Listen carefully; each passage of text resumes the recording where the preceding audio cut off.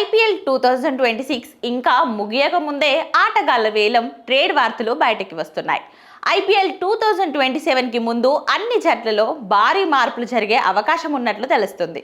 ఇప్పటికే అన్ని ఫ్రాంచైజీలు తమ జట్లలో ఏ ప్లేయర్లను ఉంచుకోవాలి, ఏ ప్లేయర్లను వదిలేయాలన్న క్లారిటీకి వచ్చేసారట.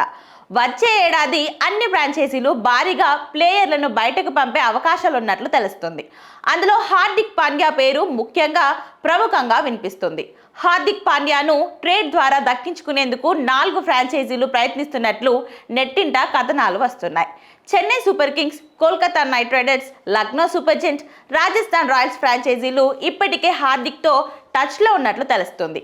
ఒకవేళ చెన్నై సూపర్ కింగ్స్ హార్దిక్ను ట్రేడ్లో దక్కించుకోవాలంటే శివం దుబే, ఆయుష్ మాత్రే లేకపోతే ఖలీల్ను ముంబైతో ట్రేడ్ చేసే అవకాశం ఉంటుంది. కోల్కతా నైట్ రైడర్స్ కూడా ప్రస్తుతం సరైన క్యాప్టెన్ లేకపోవడంతో ఇబ్బంది పడుతుంది. కెమెరూన్ గ్రీన్ లేక రింకు సింగ్తో పాటు కార్తిక్ త్యాగిని ముంబైకి ఆఫర్ చేసే అవకాశం ఉంది. ఇక Lucknow Super giants director of cricketer Tom moody ఇప్పటికే రిషబ్ పంత్ను వదిలేస్తున్నట్లు హింట్ ఇచ్చాడు. దాంతో ఐపీఎల్ 2027లో హార్దిక్ను తీసుకొని రిషబ్ పంత్తో పాటు మరొక ఫేజర్ని ముంబైకి ఇచ్చే అవకాశం ఉంటుంది. రాజస్థాన్ రాయల్స్ కూడా హార్దిక్ను సొంతం చేసుకోవాలని చూస్తుంది. అందుకోసం యశస్వి జైస్వాల్, సందీప్ శర్మను ముంబైకి ఇచ్చేయడానికి కూడా సిద్ధంగా ఉన్నట్టు నెట్టింట వార్తలు వస్తున్నాయి. Mumbai Indians captain Hardik Pandya IPL 2027లో జట్టు మారే అవకాశాలు ఎక్కువగా ఉన్నట్లు తెలుస్తుంది. ముంబై ఇండియన్స్ యాజమాన్యం కూడా హార్దిక్ కెప్టెన్సీపై అసంతృప్తిలోనే ఉన్నట్లు అర్థమవుతుంది.